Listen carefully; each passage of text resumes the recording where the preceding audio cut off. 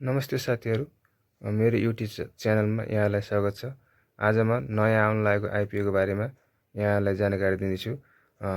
नयाँ आउन लागेको आइपिओ कसले भर्ने, कहिलेदेखि भर्ने र कति किता भर्ने सम्पूर्ण जानकारी यस भिडियोमा म तपाईहरुलाई दिनेछु। नयाँ आउन लागेको आइपिओ कम्पनीको नाम हो टेयर टावर लिमिटेड कम्पनी। यस कम्पनीले यही जेठ 14 गतेबाट आइपिओ जारी गर्न लागेको हो।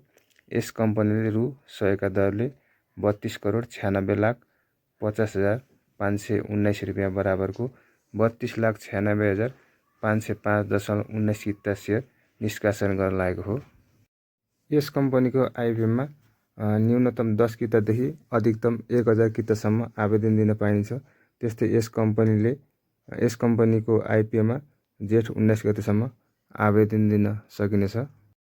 यसअघि यस कम्पनीले नेपाल सरकारबाट स्वीकृति लिए वैदेशिक रोजगारीमा रहेका नेपालीहरूको लागि 3,97,169.30 किता, कर्मचारीहरूको लागि 79,433.86 किता, त्यस्तै सामूहिक लगानी कोषहरूको लागि 1,98,584.65 किता सेयर निष्कासन गरेर बाँडफाँड गरिसकेको छ।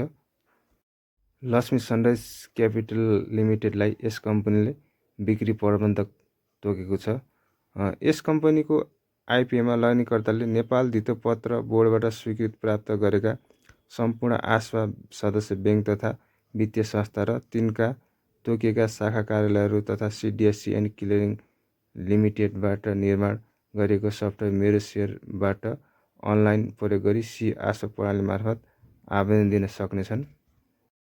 आइपिओ निष्कासनको लागि यस कम्पनीले गराएको रेटिङमा इक्रा नेपालले यस कम्पनीलाई इक्रा एनपी इक्युआर रेटिङ BB- प्रदान गरेको छ, जसले यस कम्पनीको दायित्व वहन गर्ने क्षमता मध्यम जोखिम रहेको भन्ने सङ्केत गर्दछ। 32,96,505 किता सेयर यस कम्पनी निष्कासन गर्न लागेको हुँदा यस कम्पनीको सेयर जम्मा 3,29,650 जनाले 10 किताका दरले पाउने देखिन्छ।